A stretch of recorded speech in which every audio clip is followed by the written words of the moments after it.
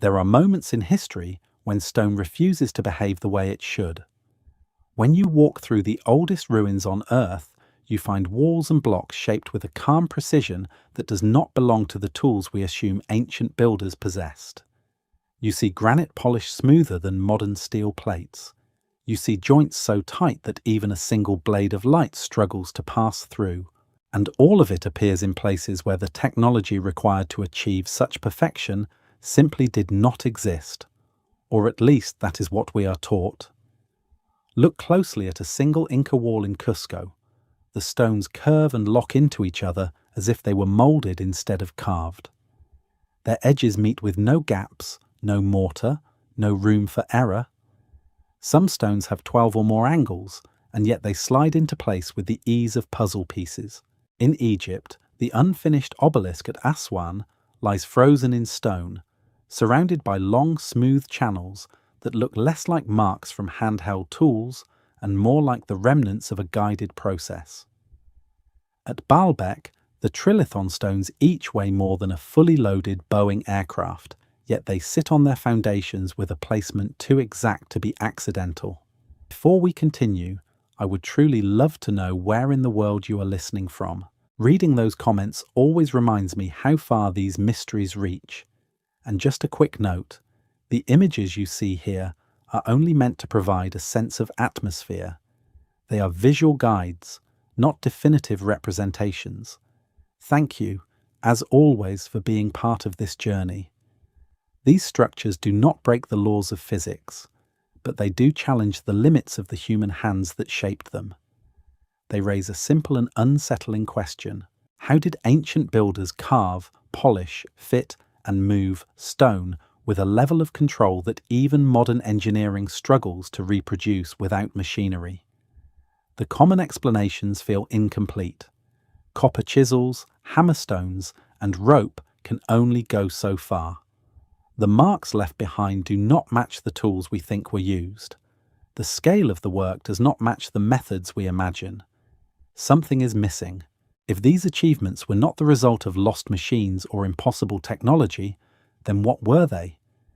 Instead of searching for a tool, perhaps we need to understand a mindset and a system that allowed ancient societies to shape stone in ways we no longer recognize.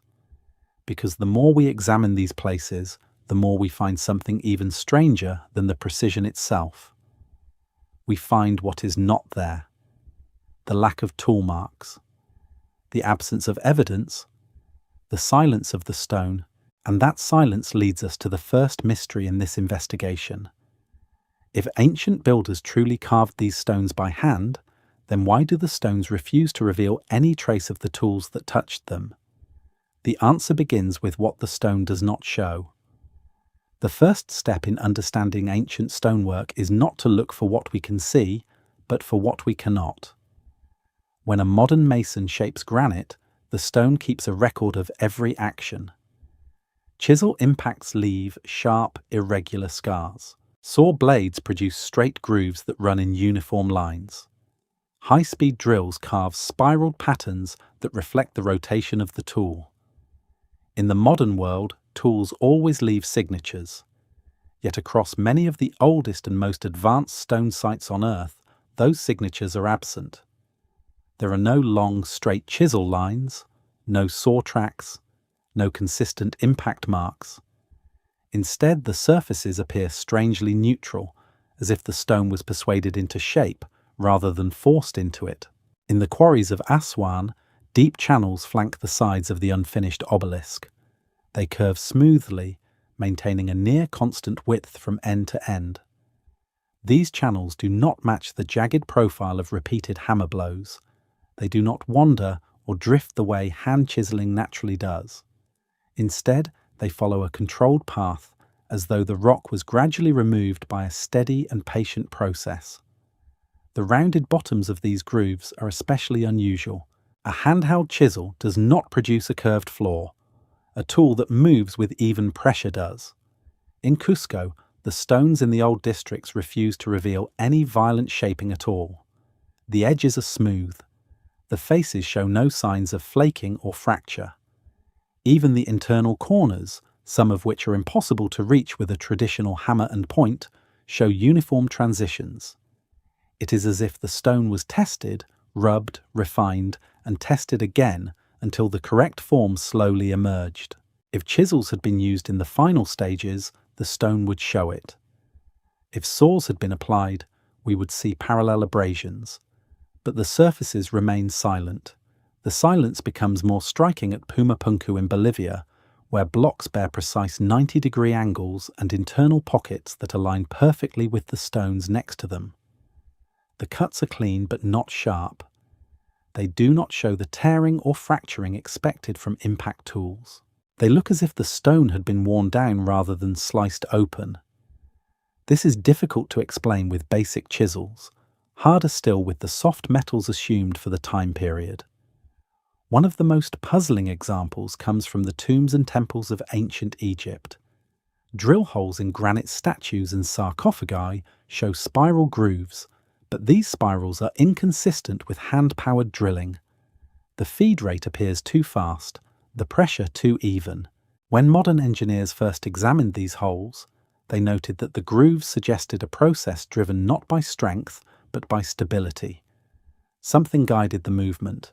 Something kept it uniform, something more than a simple bow drill.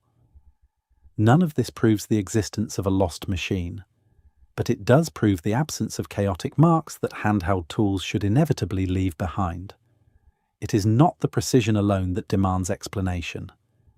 It is the lack of evidence of the process, and it raises a second, deeper question. If the tools we expect were not used, then what happened to the tools that were wooden tools would not survive thousands of years? Rope decays. Leather vanishes. Even copper, when hammered thin, wears down quickly and is often recycled.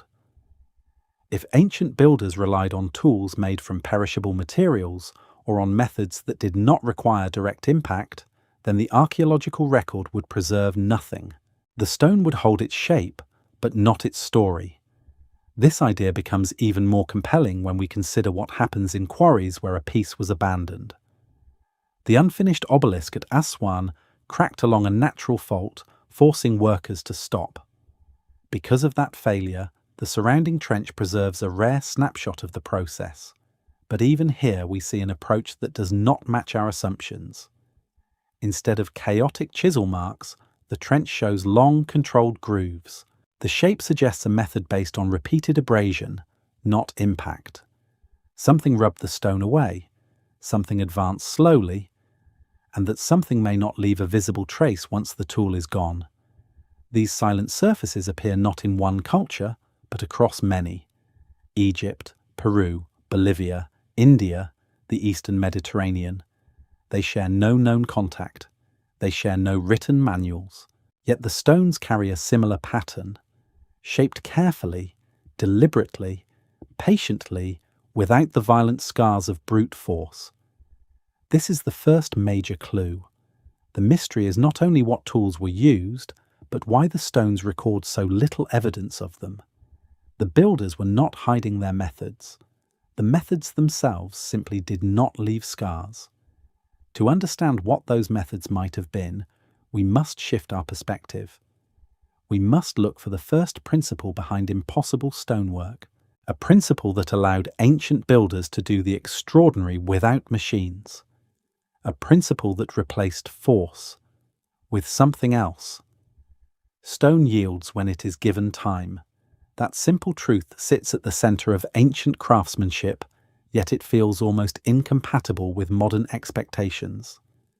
Today we cut through granite with diamond blades, or crush it with machines built to overpower resistance. But the ancient world shaped stone through a rhythm measured not in minutes or hours, but in countless repetitions of small, controlled actions. The material was never forced, it was guided. The heart of this approach begins with understanding how stone behaves when it is not struck. Sudden pressure creates chaos. A hard blow sends fractures racing in unpredictable directions. Even the most skilled modern mason can misjudge a strike and lose a piece to an invisible fault hidden inside the rock. Stone resists speed.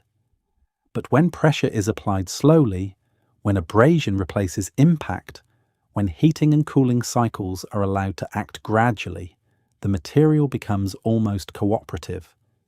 It shifts along its natural weaknesses. It reshapes itself without shattering. This is why so many ancient surfaces appear calm.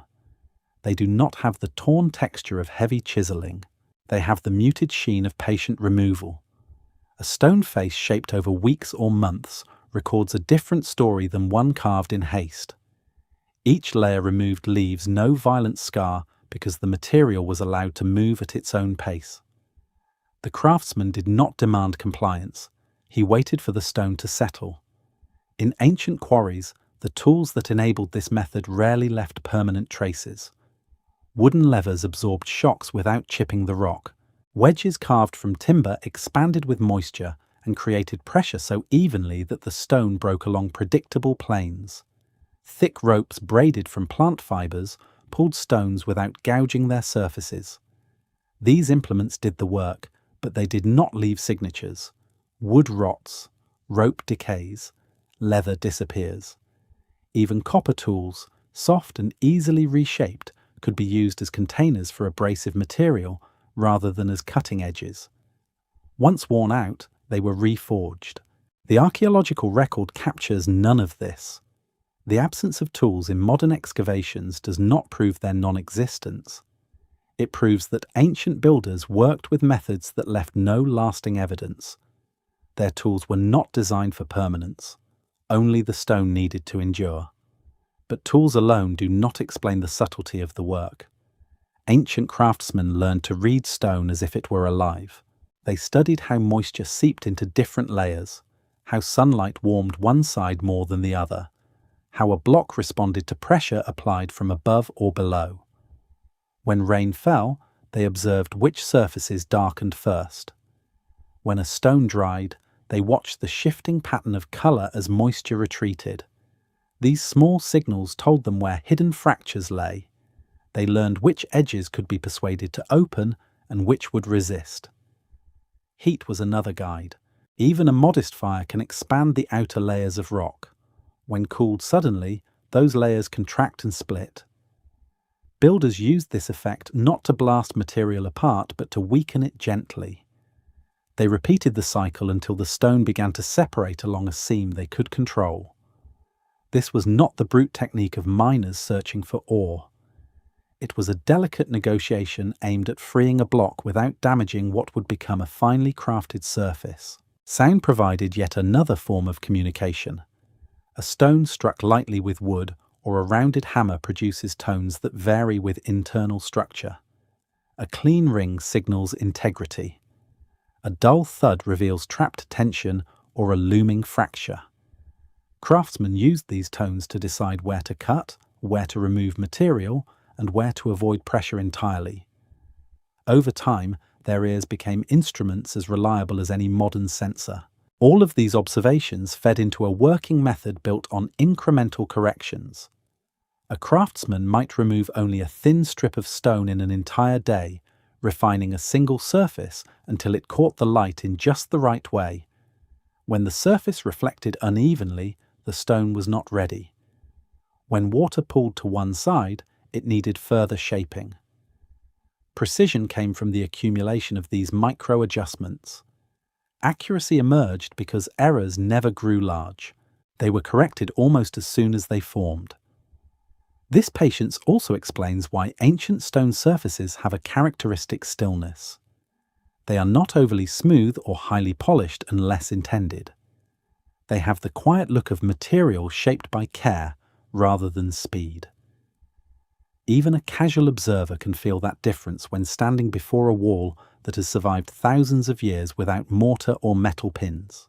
The stones rest because they were placed only when every edge, corner and surface was ready to support its neighbour. Patience also governed the scale of ancient projects. Builders did not begin by shaping a massive block in detail. They removed only what was necessary to free it from the quarry. Once the block was moved to the construction site, they refined it slowly while comparing it against the surrounding stones. A temple wall built this way did not emerge all at once. Each stone waited for the next, and each adjustment was made with awareness of the whole. Such a method requires a mindset unfamiliar to modern expectations. Today, we break stone quickly and forcefully because time has economic value. Ancient builders treated time as a tool. For them, speed was unnecessary. A project that took decades or generations was not a burden. It was a legacy. The work belonged to the community, not the clock. But even this patient approach has limits. Persuading stone to change shape through slow abrasion is only part of the challenge. Before shaping could begin, builders had to detach large blocks from their bedrock. They had to free tons of material without splitting it or damaging its surfaces. And they had to do so using the same principles of softness, pressure, and natural forces. The first principle explains how stone was shaped. To understand how ancient builders freed massive blocks from the quarry with such control, we must examine the forces they harnessed.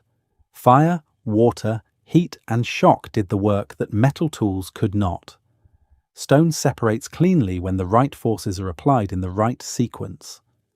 Ancient builders recognized this long before the first metal saw or chisel capable of cutting hard rock existed.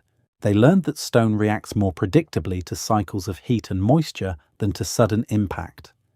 In quarries across the world, the evidence shows that they used nature itself as a tool. Fire setting begins with a simple idea. Heat causes stone to expand. When the expansion is uneven, tension builds within the material. Builders created this imbalance by placing fires against the quarry face, letting the heat move slowly into the outer layers. The stone swelled outward, but the cooler core remained rigid. Once the expansion reached its limit, workers doused the area with water. The rapid cooling forced the stone to contract, but the outer layer could not retreat as uniformly as it expanded.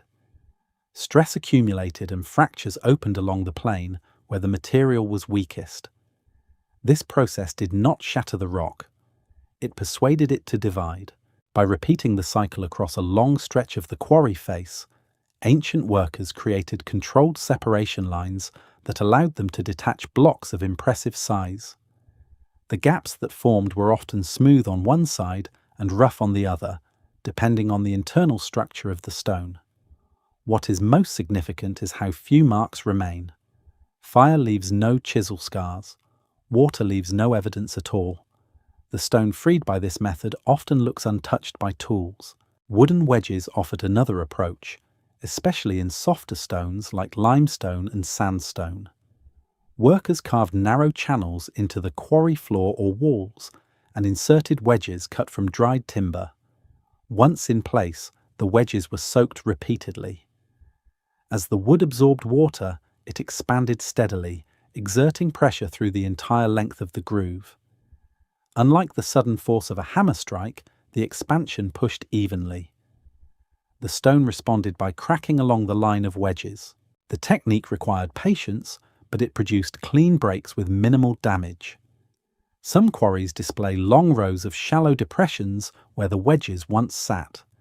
The spacing and size of these marks reveal a thoughtful pattern. Builders positioned the wedges so the pressure distributed evenly across the intended fracture line. Nothing about the method depended on metal or complex devices. It relied on the predictable behavior of two materials in direct contact. Wood grows. Stone gives way. The interaction is simple but profound. In colder regions, the natural cycle of freezing and thawing became an effective splitting tool. Water trapped in cracks expands when it freezes, exerting immense pressure on the stone around it. Ancient quarry workers deepened natural fissures or scored the surface to encourage water to gather where they needed it. Over the course of a winter, the stone would weaken, and when spring arrived, a block that had once been immovable could be removed with minimal effort. This approach was slow, but it required no more than observation and timing. Heat and moisture were not the only forces ancient builders understood. Vibration played a subtle but important role. When struck repeatedly in the same location, a stone begins to resonate. The internal structure responds to the rhythm of impact. Quarry workers learned to read these vibrations. A clean ring meant the stone remained intact. A duller sound signaled the beginning of a fracture. By controlling the tempo and force of their blows, they could widen existing cracks without damaging the surrounding material. This controlled use of vibration is not the same as breaking stone by brute force. It is more akin to tuning an instrument. Craftsmen matched the frequency of their strikes to the natural responses of the rock. The repetition allowed fractures to grow in preferred directions. If the stone failed to respond, the technique was adjusted. This sensitivity came from experience, not from tools. Knowledge passed from worker to worker, building over generations until it became second nature. All of these splitting techniques share a common philosophy. They rely on patience, on cycles, and on the careful observation of subtle changes in the stone. They minimize risk by avoiding sudden actions. They guide the material instead of overpowering it, and they produce consistent results across large surfaces without leaving behind the tool marks expected from chisels or saws. Yet none of these methods explain the surfaces found in finished temples and monuments. A block freed by fire or wedges is rough. It bears the signature of the fracture, not the uniform texture of precision stonework. The next stage of the process required refinement far beyond what splitting could achieve. Ancient builders needed a method that allowed them to shape stone with absolute control. They needed an approach that removed material gradually, that reacted to the form of the surface, and that allowed near-perfect adjustments. They did not need sharp blades for this. They needed something far more passive, something that could wear down a hard surface without leaving violent traces. This is where the true mastery of ancient stoneworking becomes apparent. When splitting separate stone, shaping must refine it. And the technique used for shaping is so subtle that its evidence remains hidden in plain sight. To understand how ancient builders created smooth faces, curved interiors, and tight-fitting joints that appear almost moulded, we must examine the slowest, quietest, and most powerful method in their toolkit. The key is abrasion. And the substance that made abrasion possible was everywhere. Sand. Shaping stone to a fine, controlled finish was impossible without a force gentle enough to preserve surface integrity, yet persistent enough to grind away the hardest minerals. That force was abrasion, a process so basic that its importance is often overlooked. Wherever ancient builders worked, the abrasive they needed was waiting around them. Desert sands in Egypt, river sand in the Andes, volcanic grit in India, crushed quartz in the Near East. Grain by grain, these materials became the true blades that carved the ancient world. The concept is entirely mechanical. Quartz sits above granite, basalt, and limestone on the hardness scale. When a craftsman presses quartz grains against stone and moves them repeatedly, the harder material scrapes away the softer with surgical precision. No sharp edge is required. No direct cutting takes place. The friction removes high spots, smooths irregularities, and gradually shapes even the most stubborn surfaces. This method leaves behind a texture that feels intentional and calm, never shredded or torn. The stone loses mass slowly, but it loses it cleanly. On the Giza Plateau, the evidence remains in the form of deep cuts left in blocks of black basalt. These cuts are startlingly straight and narrow. They do not bear the irregular impact scars of chisels or hammers. Instead, they show the parallel striations of a saw. But since copper is too soft to cut basalt, the metal blade was merely a guide. The true cutter was the sand poured beneath it. Imagine a long copper saw, fed constantly with abrasive slurry, moving back and forth thousands of times. The stone was not chipped away, it was ground away. The groove deepened not by force, but by friction. This is the quiet logic of abrasion. Polishing refined the process further. Craftsmen worked in stages. Coarse sand removed bulk material. Medium grit removed scratches left by the first pass. Fine powder brought the surface to a reflective sheen. In granite, achieving a mirror finish requires countless cycles of pressure and movement. Yet many ancient statues have surfaces so smooth they catch light evenly across their entire face. These finishes show no signs of rapid cutting. They are the fingerprints of patience. Even more impressive are the curved interiors found in ancient bowls, basins, and architectural recesses. Abrasion tends to flatten surfaces. To create concave shapes, craftsmen needed forms to guide the grit. A wooden template bent to the right radius. A stone shaped into the desired curvature. A leather pad flexible enough to follow the contour. These forms held abrasive material in place as the craftsman worked. The curves that resulted were smooth, consistent, and mathematically coherent. Nothing about them suggests crude work. Everything suggests subtle control. Drilling followed a similar logic. Many ancient holes in granite show spiraled grooves on the inside walls. But these spirals are not consistent with metal drill bits spinning rapidly under heavy pressure. Instead, they match the marks of a hollow tube filled with sand, rotated steadily by hand. As the tube turned, quartz grains trapped between the tool and the stone ground deeper, creating both rotation marks and downward progress. The spiral was not a byproduct of speed. It was a record of friction. Reed shafts, wooden tubes, and copper cylinders could all serve as the body of the tool. The cutting was done by the grit. Some ancient Egyptian artifacts show drill holes that remain straight, consistent, and remarkably round. Achieving such precision with a soft tube might seem unlikely, but abrasion excels at maintaining direction. The grit only cuts where pressure is applied. When the tool stays centered, the cut remains true. When the pressure is even, the groove deepens evenly. Abrasion rewards stability, not force. The Andes provide another compelling example of the same principle. The remarkable joints in the walls of Cusco and Sacsayhuaman appear almost sculpted. The stones interlock with tight contacts, and their edges meet with astonishing precision. Craftsmen likely pressed one block against another repeatedly. Each contact revealed high points. Those points were then abraded away using sand or crushed volcanic rock. When the blocks met again, the fit improved. This process repeated until the surfaces matched perfectly.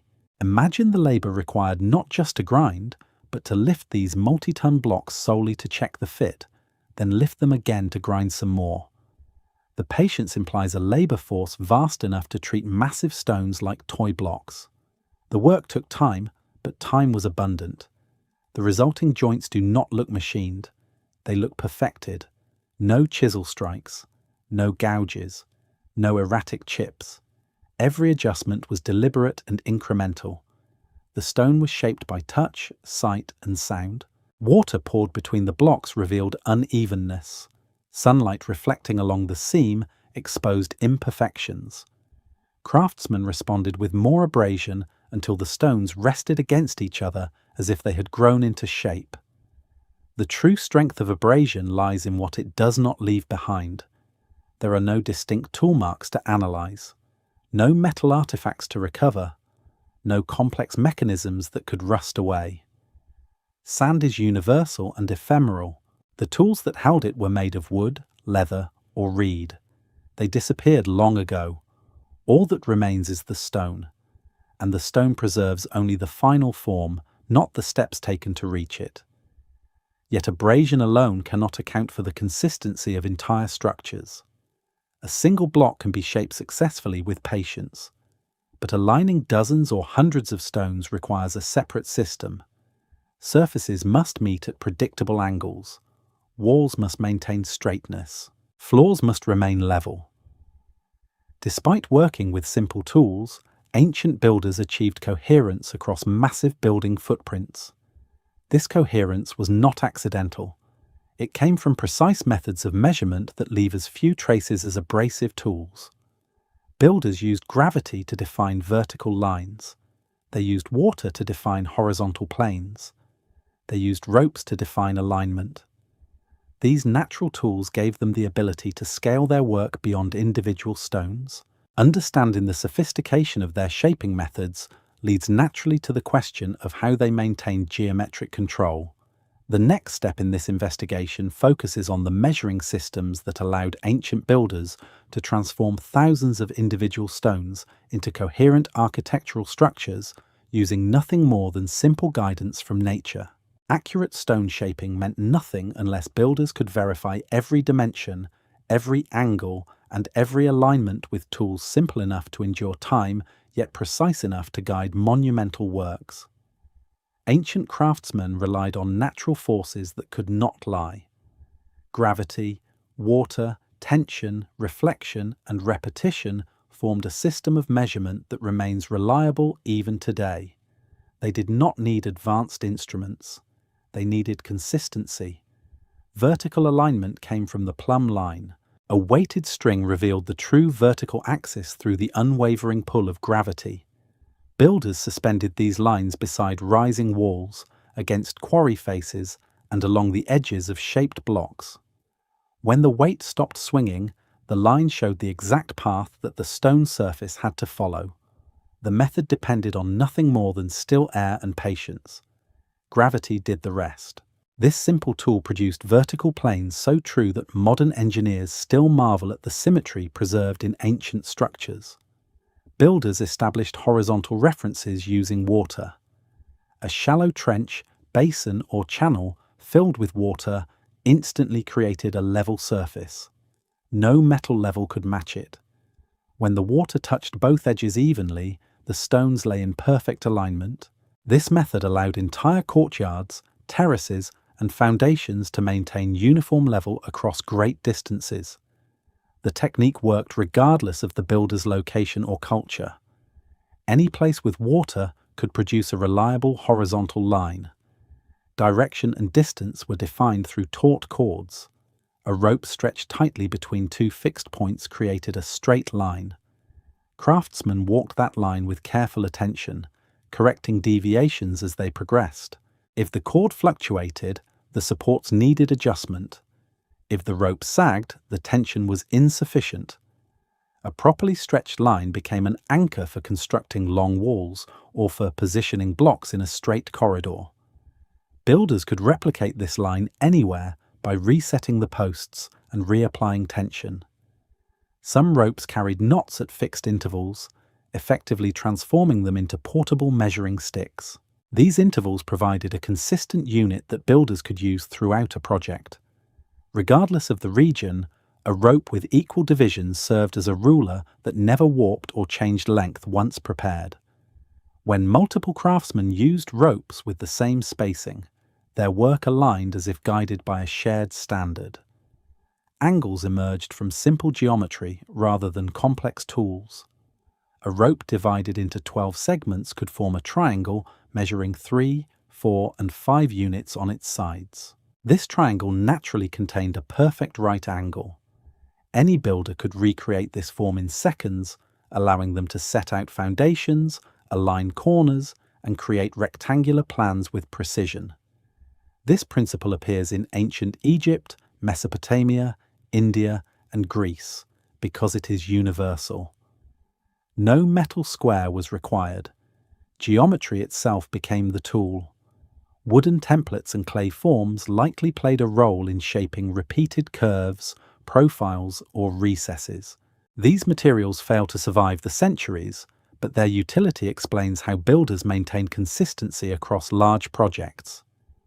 A wooden frame pressed against a stone surface could reveal deviations instantly. The craftsman removed the high points, tested again, and refined the form until it matched the template.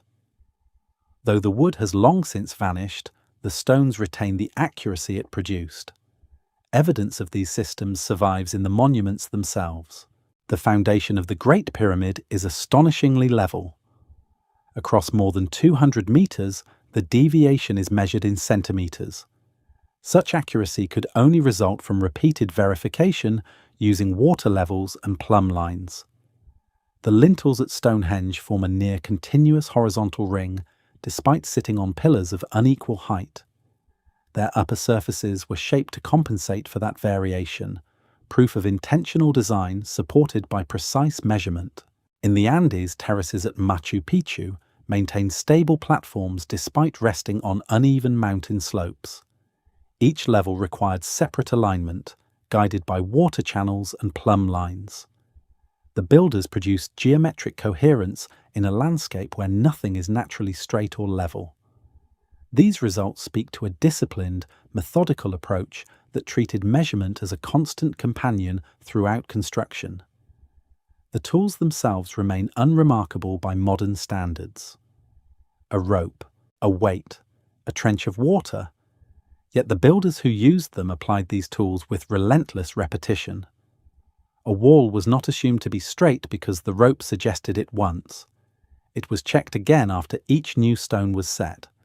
A foundation was not accepted as level because the water touched both sides once. It was tested at multiple points and corrected wherever necessary.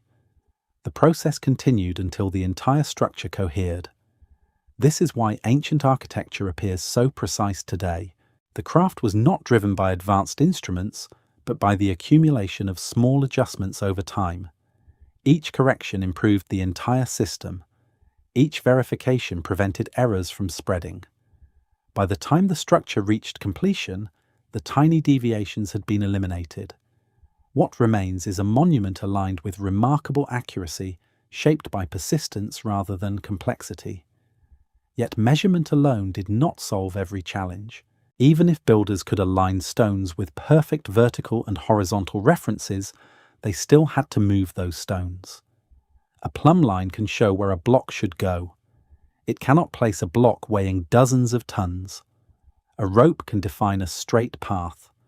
It cannot drag a slab up a slope. The shaping and measuring systems depended on another element entirely: the ability to move immense stones without breaking them, straining them, or damaging their carefully refined surfaces. The next part of this investigation turns to the world of ancient motion, where weight becomes manageable not through lifting but through controlled contact with the ground. Ancient builders developed methods that used friction, balance, and coordination to achieve what modern machines accomplish with engines.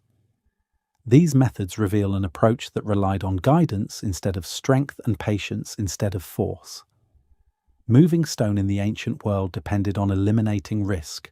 The moment a block left the ground, it became unpredictable. It could swing, twist, or fall with destructive force. The safest strategy was to avoid lifting entirely. By keeping stone in constant contact with the ground, ancient builders turned weight into stability and created a system where movement relied on guidance rather than strength. The Egyptians recorded this principle openly. Reliefs show statues and blocks placed on wooden sledges, being pulled by teams of workers while someone pours water on the sand beneath. The water hardened the sand, lowered friction, and turned an otherwise impossible task into controlled progress. Modern tests confirm that wet sand dramatically reduces resistance. The ancient image is not ceremonial art, it is a technical diagram of how immense loads were moved safely. Sliding dominated far more than the Egyptian desert. Across multiple continents, the same pattern emerges. Rollers, often imagined in modern reconstructions, are unreliable on uneven terrain. A roller rolling faster on one side can destabilize a load and cause collapse. Rocks can shift on top of rollers, making the system unpredictable. But a heavy block sliding on a prepared path remains steady. Builders could shape the route, compact the ground, and control every stage of movement.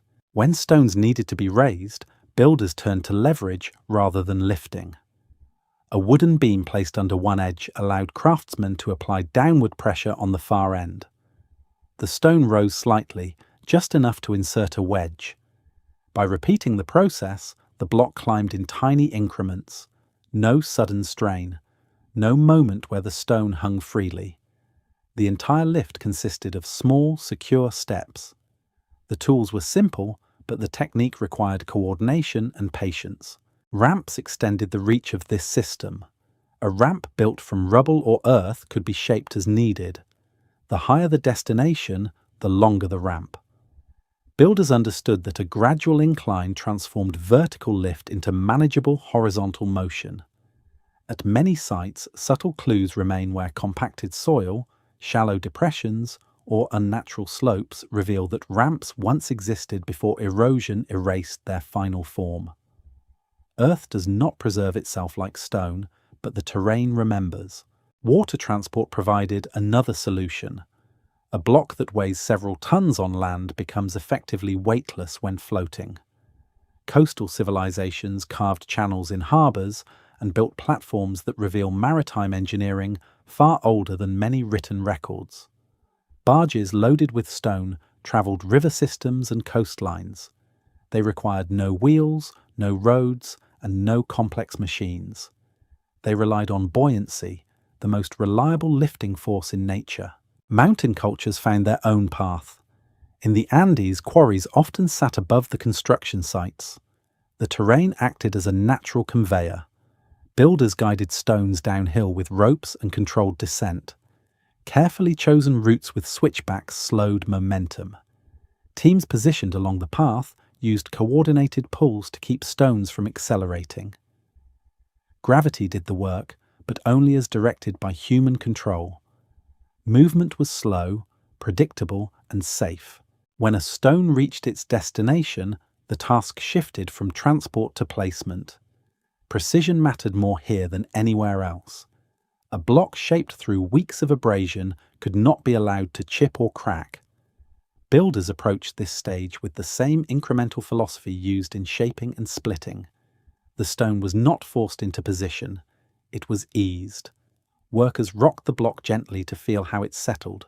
If it resisted, they adjusted the ground beneath or inserted thin wedges to control the angle.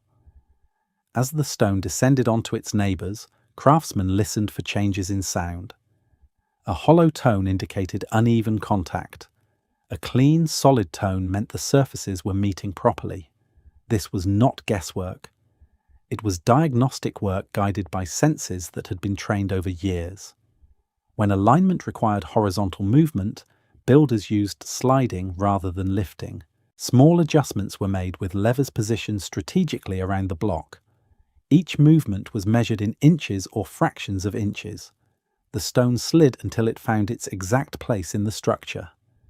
No force greater than necessary was ever applied. Precision depends on restraint. Ancient sites provide clear evidence of this method. Blocks fitted so closely they appear fused could never survive rough placement. Their crisp edges and intact corners show that builders valued control above speed. The joints were too fine to tolerate mistakes. Every motion had to be calculated, deliberate, and patient.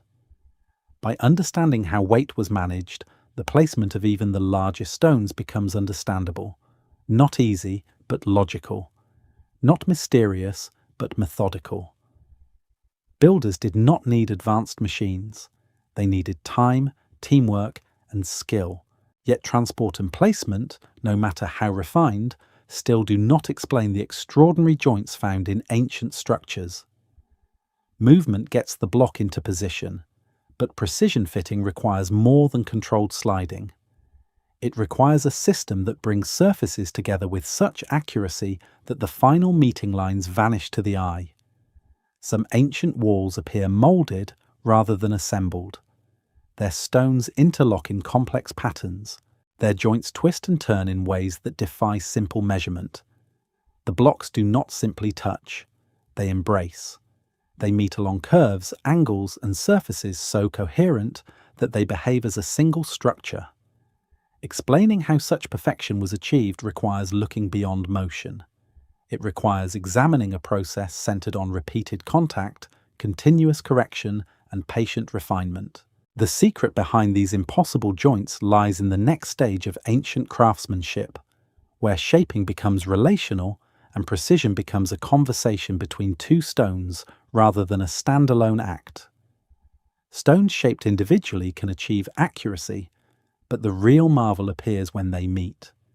Ancient builders transformed hard rock into components that behave as if they were designed to belong together. Their joints are so tight that edges disappear. Surfaces connect with geometric precision. Blocks interlock in forms that defy simple explanation. The craftsmanship reflects a process based not on cutting, but on continuous refinement driven by repeated contact. The key was interaction. A stone was not shaped in isolation. Its form evolved in response to the stones around it. Builders pressed blocks together not to force them into place, but to discover where they resisted. A slight bulge or raised point became an instruction for the next step. Craftsmen removed only the areas that prevented full contact, then repeated the test. With each cycle, the surfaces grew closer in form. High spots vanished. Low areas remained as guides. The stones learned each other's shape through friction and pressure. This method explains why so many ancient walls feature convex surfaces. At Sacsai Huaman, the stones bulge outward, creating a gentle curve on their faces. When placed together, these convex shapes lock into one another like natural gears. In a region prone to earthquakes, this design absorbs lateral movement. Vibrations push the stones tighter instead of prying them apart. Builders did not stumble upon this effect. They engineered it deliberately, using the mechanics of curved contact to stabilize structures without mortar or clamps. The famous 12-angled stone in Cusco represents the same principle taken to an extreme. Its edges meet neighboring stones along multiple planes, each one shaped to fit with quiet precision. Achieving this required a long sequence of adjustments. After each test press, craftsmen would grind away the smallest imperfections. The process could stretch across months for a single stone. Anyone attempting shortcuts risked ruining the fit and forcing the team to start over. The result reveals a level of discipline shaped by a culture of persistent refinement. Egyptian builders applied similar logic, but expressed it through different geometry. The casing stones of the Great Pyramid align in long, straight seams so fine that they almost vanish under the fingertips. These seams required surfaces shaped with meticulous flatness. Craftsmen used abrasion guided by geometry, comparing large surfaces against wooden straight edges and repeatedly checking reflection patterns across the stone. As long as a faint distortion remained in the reflection, more material needed to be removed. Only when the reflection appeared uniform did they consider the surface complete. Inside certain Egyptian temples, granite blocks meet along joints that are not merely straight, but follow long, perfectly controlled lines. These interior joints show no signs of wandering. They maintain direction consistently across many feet. The craftsmen who shaped them understood that irregularity would compromise structural integrity. The precision of these joints suggests not just skill, but a rigorous process of continual measurement and correction as each block approached its final position. In Bolivia, the H-shaped blocks of Pumapunku demonstrate a different challenge. Their internal recesses and sharp internal angles imply a level of planning that required shaping the stones with reference to future neighbours. Many of these shapes appear carved in anticipation of alignment. The blocks were not shaped at random. They were shaped as parts of a system. The consistency across multiple blocks indicates a workshop environment where each piece was refined according to a shared set of reference points. Abrasion, guided by careful marking and repeated comparison, created the crisp geometry observed today. What unites these examples is the absence of chaotic tool marks. The joints do not show grooves or scratches from sharp metal blades. They lack chisel scars or tearing from heavy blows. Instead, they show the texture of repeated, controlled contact. Water was used to reveal high points. Light was used to expose irregularities. Touch and sound guided the removal of material. Craftsmen relied on senses sharpened through years of practice. Their method was not mechanical, but intuitive. Precision came from paying attention. This approach required time. Fitting stones was not a quick task. It demanded long intervals of patient adjustment. Each correction improved the fit, but only revealed the next area that needed refinement. Craftsmen progressed through cycles of evaluation, removal, and testing. Over time, patterns emerged. The stones aligned not because they were cut according to exact measurements, but because they were taught to match through direct interaction. This craft depended on generational continuity. A master taught an apprentice not by giving instructions, but by demonstrating how to observe reflections, how to interpret the sound of two stones meeting, how to feel the subtle rocking that revealed uneven contact. Knowledge moved through practice, not text. These skills could not be learned quickly or casually. They required years of immersion in the craft and a culture that valued the slow pursuit of perfection. The fragility of this system becomes clear when comparing original stonework to later repairs. In many ancient sites, additions made centuries later lack the same refinement. Stones are smaller. Gaps are filled with mortar. Edges are less precise. Builders still understood the principle of fitting blocks together, but the deep generational knowledge required for perfect joints had weakened. Without the original training, craftsmen could imitate the style but not the mastery. This raises the question of why such knowledge disappeared. The stones themselves provide the first clues. They reveal exceptional control, but no sign of the tools required to teach the next generation. The craftsmen who shaped these stones relied on traditions that left no permanent record. When those traditions were disrupted, the methods vanished. The stones preserved the outcomes, but not the processes. To understand how such a sophisticated craft could fade so completely, we must examine how ancient societies transmitted knowledge and why their systems could not withstand major cultural shifts.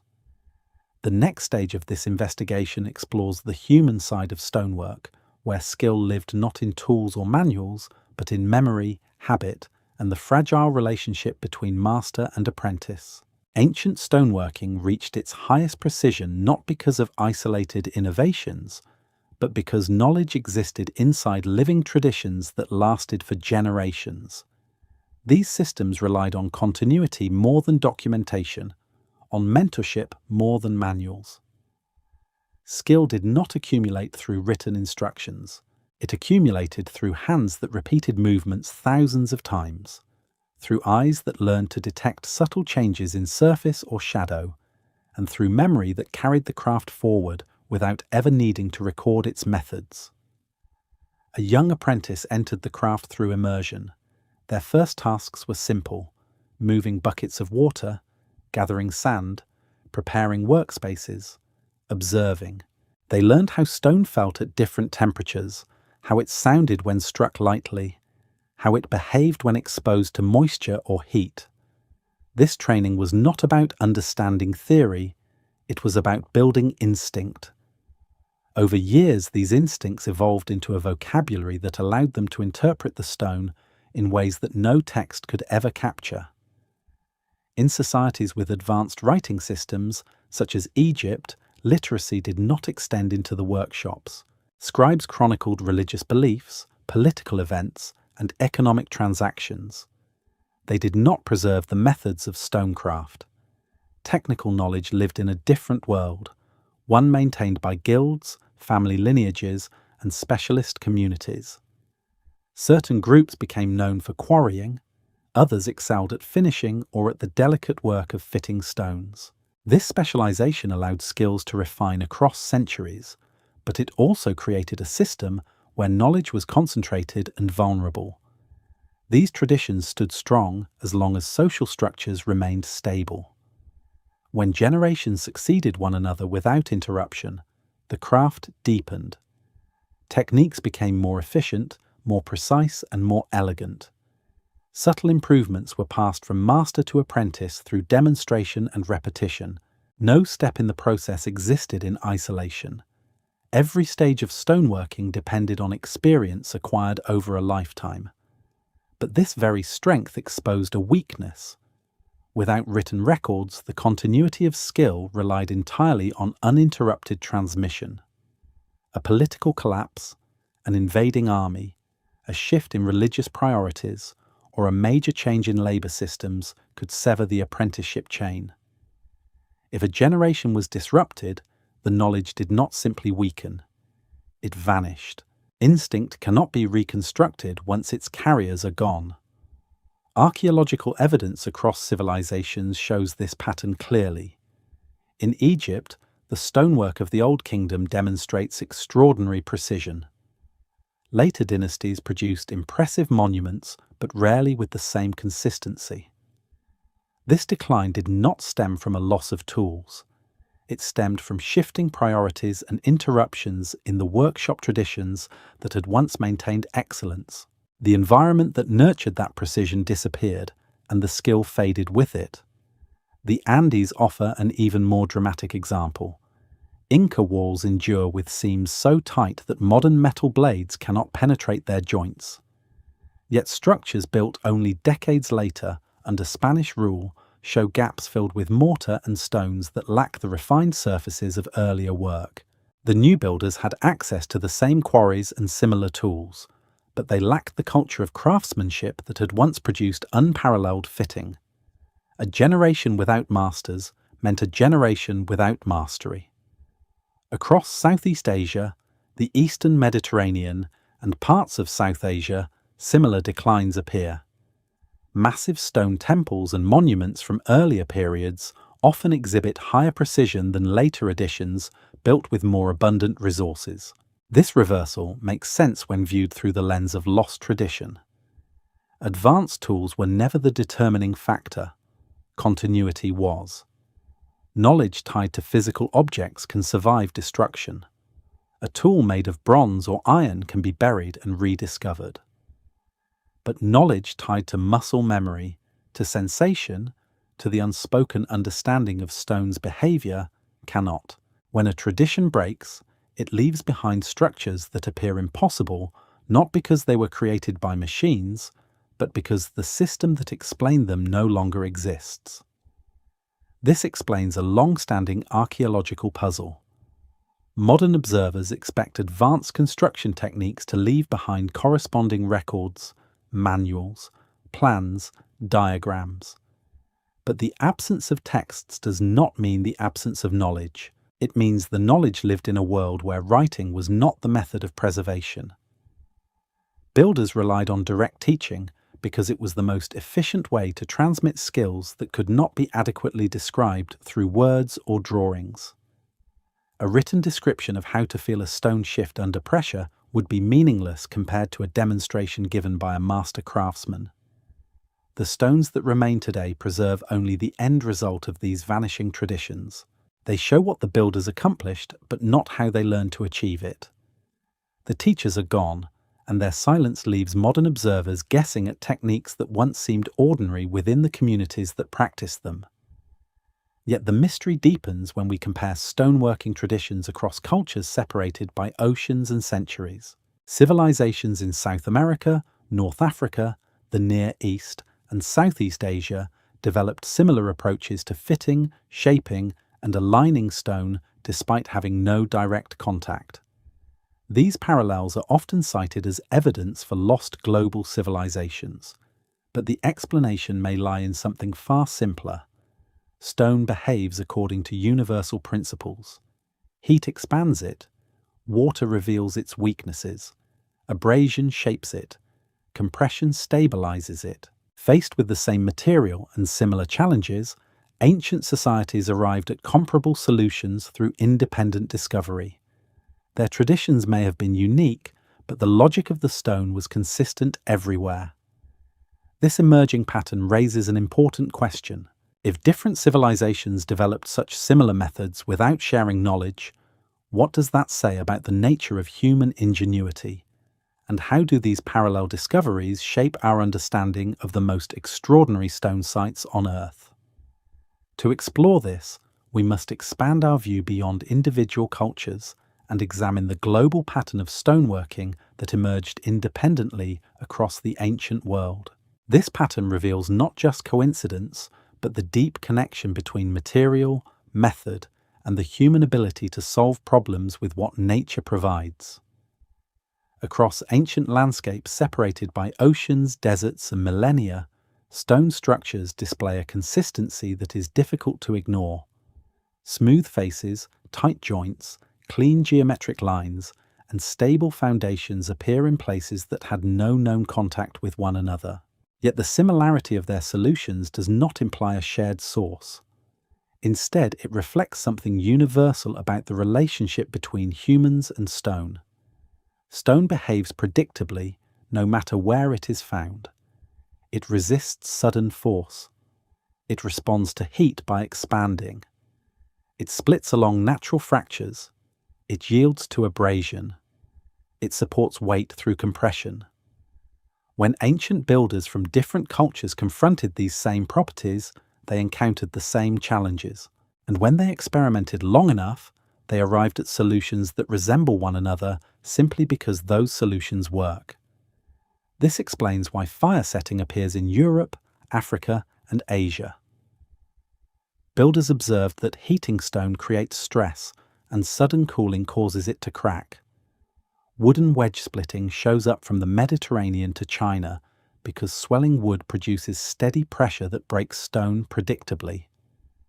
These techniques do not require cultural exchange. They arise from attentive observation of the same physical behavior. The same convergence appears in the fits of ancient walls. In Peru, interlocking blocks form structures that can withstand earthquakes by distributing pressure across angled joints. Thousands of miles away, builders in the Near East used similar techniques to stabilize walls in seismic zones. No contact was needed. The earth itself taught them what worked. A wall that collapses teaches the craftsman more than any manual could. A structure that survives becomes the model for future work. Over generations, these lessons become tradition. Measurement practices reveal another layer of this parallel development. The 3-4-5 triangle emerges across civilizations because it is embedded in the logic of geometry. A flexible rope, divided into 12 segments, can reproduce right angles anywhere on Earth. A trench filled with water reveals level surfaces without calibration. A plumb line defines vertical with absolute accuracy. These methods require no shared culture. They require only curiosity and repetition. What is remarkable is not that different civilizations discovered similar techniques, but that they applied them with such consistency. Builders in India aligned temples along cardinal directions, just as builders in Mesoamerica did. Egyptian quarries show long controlled extraction channels similar to those in ancient Greece. The repetition of these methods across continents reflects the universality of problem solving when faced with identical materials. Yet within this global convergence, certain sites push beyond what parallel ingenuity alone can explain. They demonstrate not just the logic of stone, but the mastery of it. These sites reveal craftsmanship that surpasses the already high standard of ancient construction. Their stones are immense. Their joints are flawless. Their geometry suggests planning and execution at a level that required enormous social investment, intergenerational skill, and unwavering patience. Baalbek in Lebanon offers one such example. At its foundation lie stones so large that their weight dwarfs modern construction materials. Some blocks exceed hundreds of tons, and one surpasses 1,000. The engineering required to move and place these stones with such precision demands more than basic quarrying knowledge. It reflects a level of coordination and confidence rare in any age. In Bolivia, the site of Pumapunku challenges assumptions in a different way. Its H-shaped blocks contain internal angles and geometric recesses that appear uniform across multiple stones. These shapes do not resemble random handwork. They suggest careful planning and repeated finishing guided by templates or comparative forms. The consistency across the blocks implies a workshop culture where craftsmen refine their work with shared standards. Each stone was not an isolated effort, but part of a cohesive design system. India's Kailasa temple stands apart because of its method of creation. Carved downward from a single mountain of basalt, it required removing vast quantities of stone before any detail work began. The entire structure had to be visualized from the top down, with each pillar, shrine, and sculpture protected during excavation. The precision of the final work reveals an extraordinary understanding of planning, sequencing, and spatial awareness. In China, the Longyu caves carry a different mystery. Their interiors display parallel striations etched uniformly across walls, ceilings, and pillars. These marks suggest a continuous, coordinated method of removal applied at massive scale. The consistency of the patterns indicates deliberate technique rather than random excavation. The purpose of the caves remains uncertain, but the workmanship demonstrates mastery over both planning and execution. These outliers do not contradict the logic of parallel ingenuity.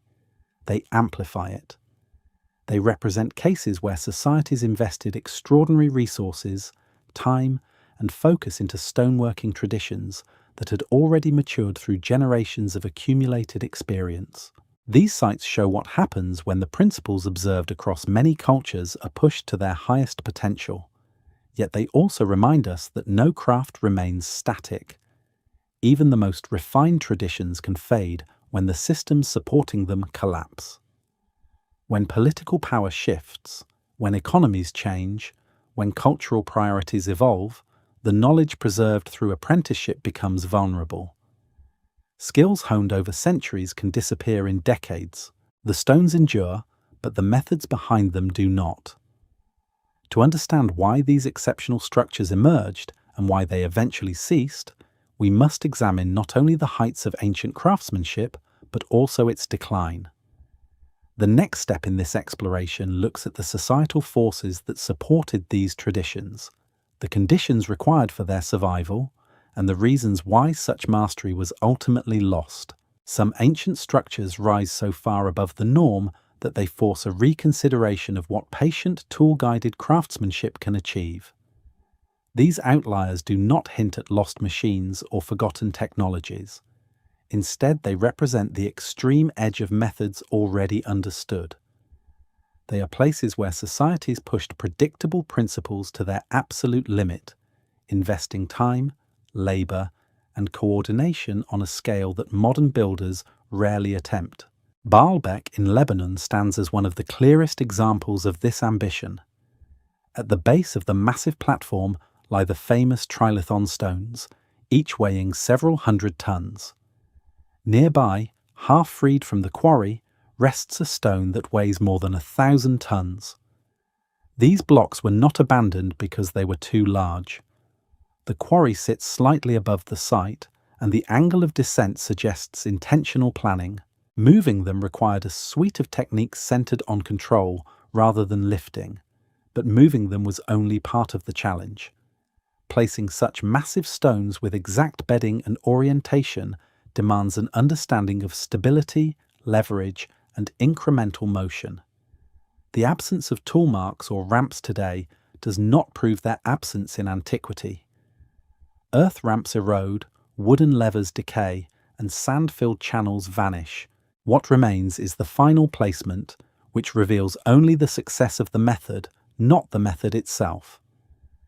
Pumapunku in Bolivia presents a different sort of outlier. Its H-shaped blocks and geometric recesses often seem modern because of their crisp interiors and consistent proportions. At first glance, they resemble machined components. Closer inspection reveals a more subtle truth. The edges are not sharp in the manner of high-speed cutting.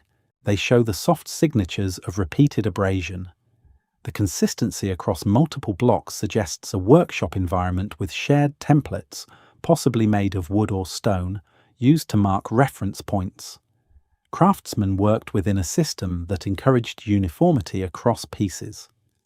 The blocks were shaped slowly, with patience and discipline, until they matched the intended forms.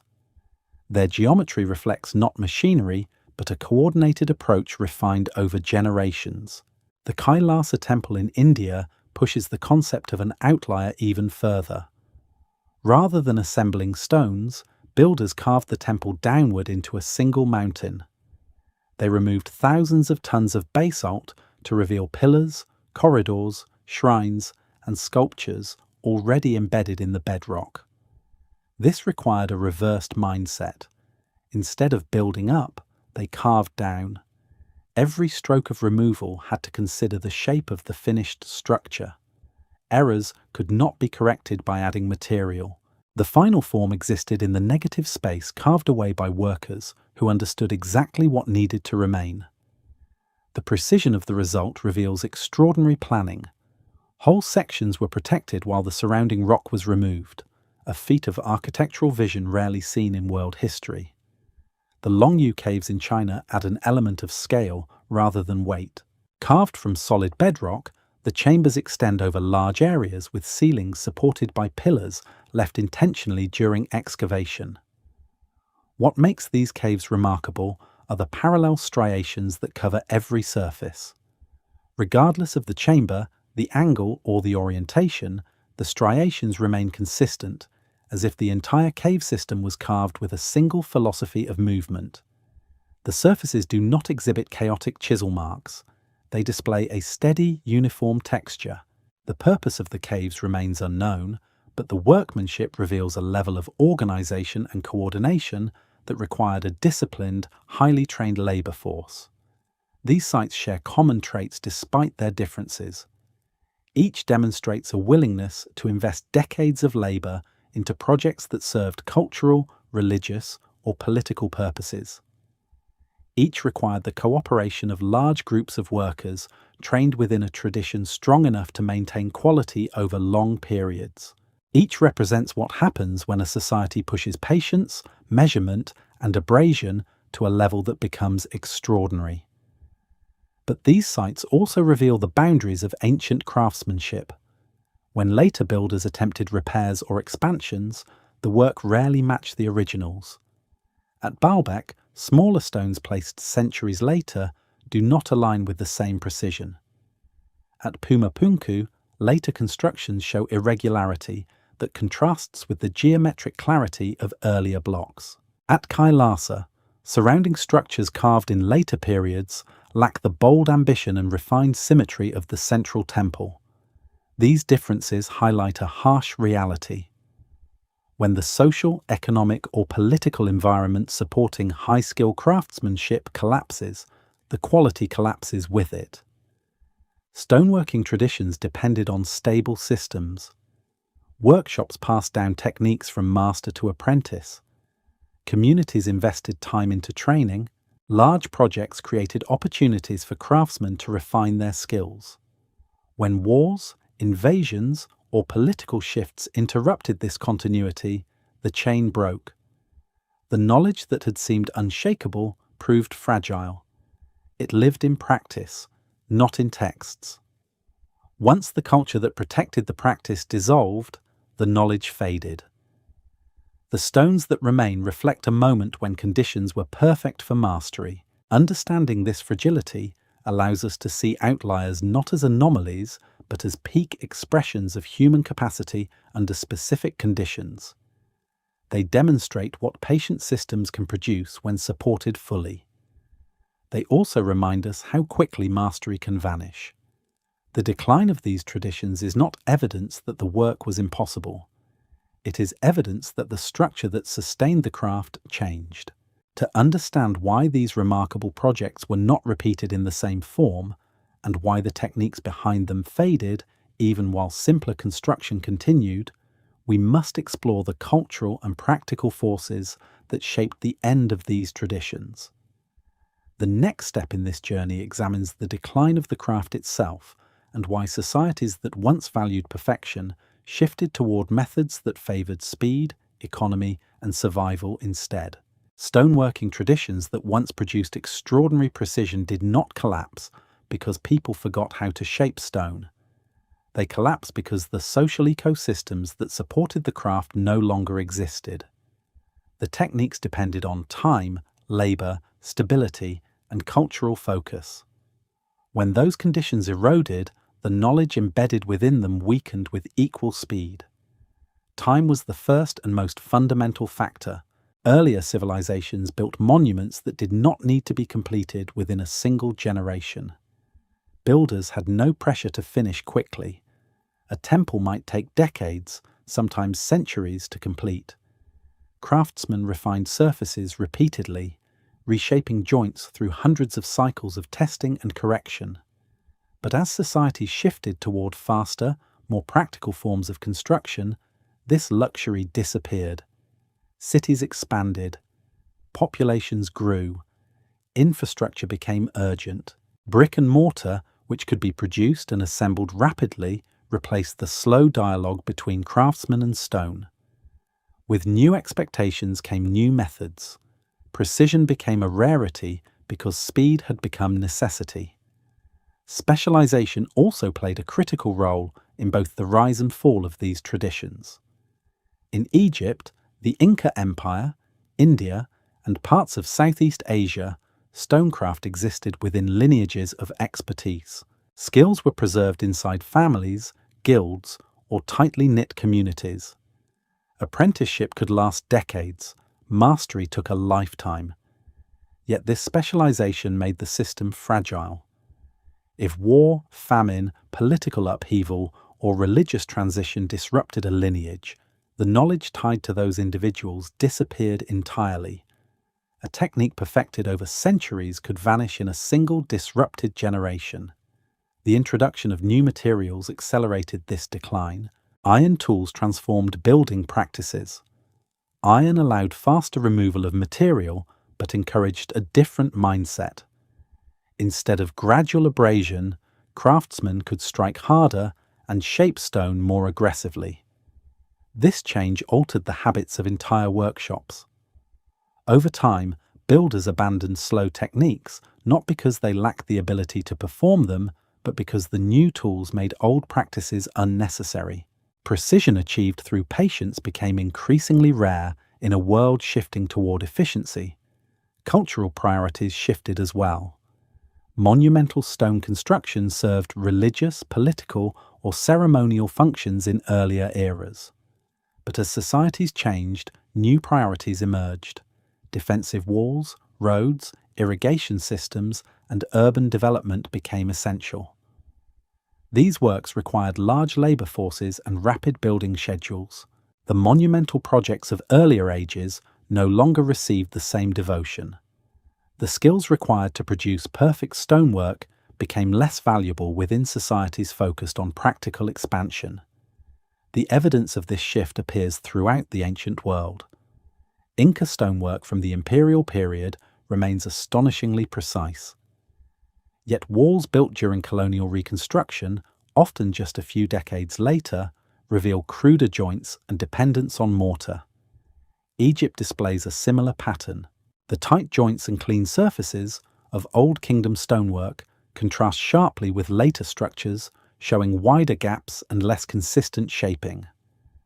At Angkor, early temples exhibit careful fitting and proportion, while later additions appear rougher and less deliberate, shaped from softer material and assembled at speed. These changes do not reflect a decline in intelligence or ability. They reflect a shift in purpose. Societies no longer had the cultural incentive, economic conditions, or generational continuity required to maintain the highest levels of stonecraft. When demand for perfection faded, the supply of craftsmen capable of producing it dwindled. The dissolution of these traditions reveals a deeper truth. The techniques that created impossible-looking joints and massive outlier structures were never dependent on advanced machines. They depended on accumulated instinct. They required a craftsman who could detect subtle differences in reflection across a polished surface, who understood how different stones responded to pressure, who could hear changes in resonance when stone made contact with stone. These instincts cannot be learned quickly. They require a lifetime of practice and the presence of a master to teach them. Modern experimentation shows that many ancient techniques can be replicated when given enough time and labor. What cannot be replicated is the instinctive fluency that comes from centuries of uninterrupted practice. The ancient methods were not simply technical systems, They were cultural systems.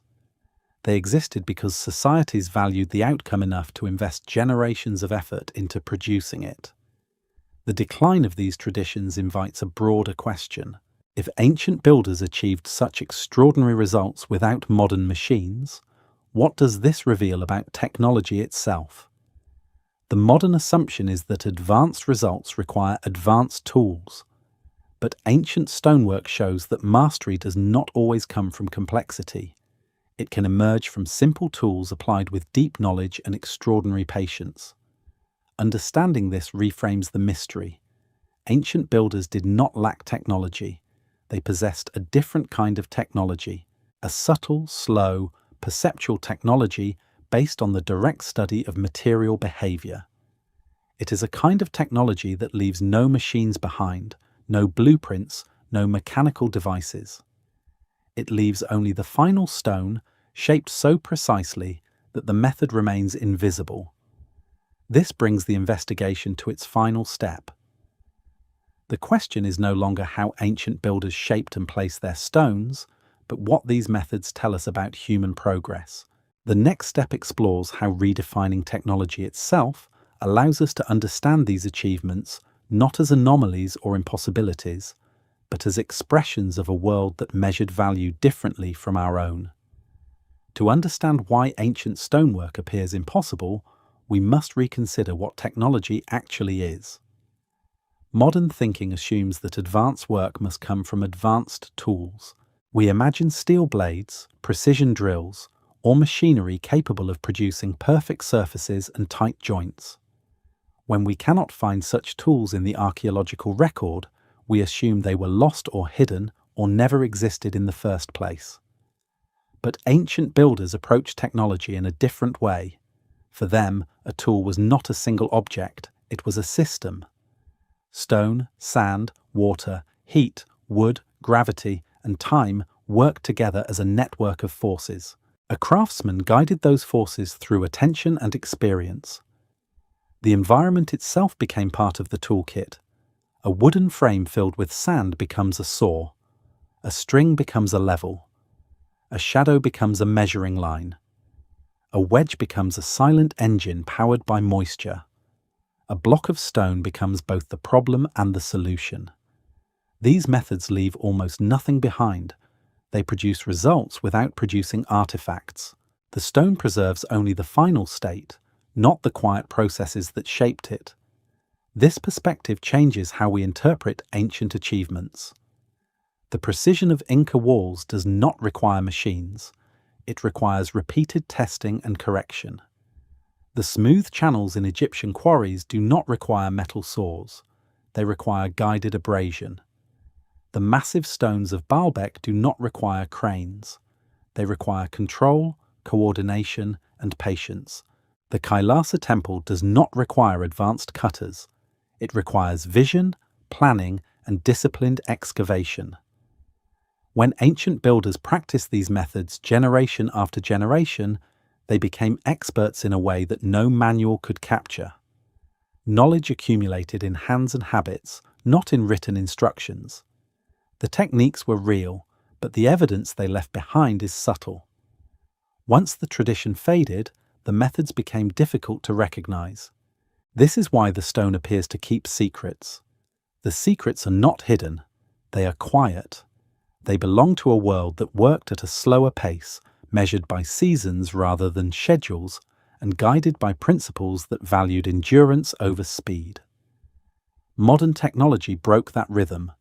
Machines replaced the need for patient attention. Cutting replaced abrasion. Lifting replaced guiding. The old system disappeared because no one needed it anymore. To stand before these ancient structures today is to witness the final result of a vanished mindset. A way of building that treated the environment as an ally instead of an obstacle. A way of thinking that did not divide technology from nature, but merged them into a single process. A way of creating that measured success not in efficiency, but in permanence. Impossible stonework is not evidence of a lost advanced civilization. It is evidence of a world that understood time differently. It reminds us that intelligence does not always look like machinery, and mastery does not always require complexity. In the end, the truth behind ancient builders is both simpler and more demanding than any theory of forgotten machines.